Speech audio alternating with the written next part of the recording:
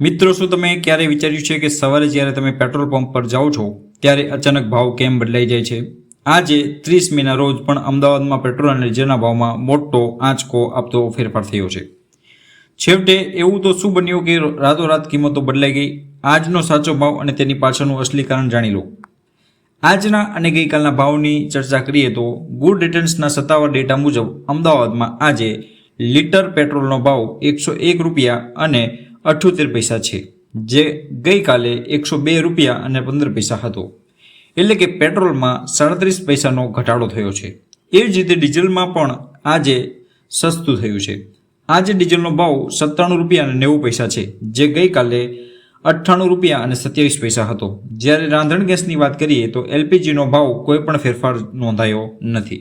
એટલે કે ગઈકાલે એલપીજીનો ભાવ 920 રૂપિયા હતો, આજે પણ એલપીજીનો ભાવ 920 રૂપિયા નોંધાયો છે.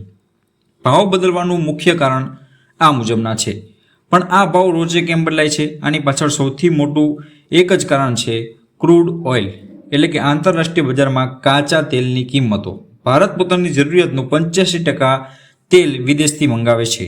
ગ્લોબલ માર્કેટમાં જ્યારે પણ કાચા તેલના ભાવ ઘટે છે કે વધે છે, તેની સીધી અસર રોજે સવારે 6 વાગે આપણા પેટ્રોલ પંપ ઉપર જોવા મળે છે. મિત્રો, આપણે જાણીએ છીએ કે હાલ અમેરિકા અને ઈરાન વચ્ચે જે યુદ્ધ ચાલી રહ્યું છે તેના કારણે ક્રૂડ ઓઇલના ભાવમાં સતત વધારો અને ઘટાડો આવી રહ્યો છે.